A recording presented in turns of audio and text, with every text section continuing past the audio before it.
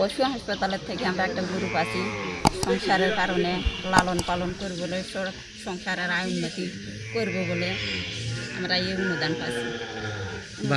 সমতল ভূমিতে বসবাসরত অনগ্রসর ক্ষুদ্র নৃগোষ্ঠী তাদের জীবনমান উন্নয়নের লক্ষ্যে আমাদের সমন্বিত প্রাণী সম্পদ প্রকল্পের দ্বারা আজকে ৩৯টি বকনা বাছুর এবং ৩৯টি ফ্লোর ম্যাট আমরা বিতরণ করলাম। আমাদের এই প্রকল্পের উদ্দেশ্য হচ্ছে যারা একেবারে অনগ্রসর তাদের বকনা বা বিভিন্ন উপকরণ বিতরণের মাধ্যমে তাদেরকে স্বাবলম্বী করে তোলা, তাদের আর্থিক উন্নয়ন ঘটানো, পাশাপাশি দেশে প্রাণী আমিষের যে চাহিদা সেটি পূরণ করা। এর মাধ্যমে আমাদের নারীর ক্ষমতায়ন হবে এবং এসডিজির লক্ষ্য এবং উদ্দেশ্য পূরণ হবে।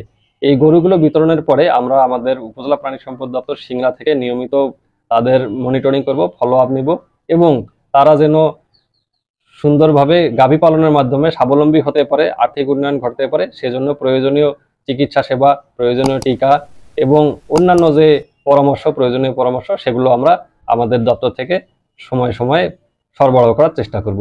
আমরা সবসময় তাদের পাশে আছি এবং সবসময় তাদের পাশে থাকব। ধন্যবাদ।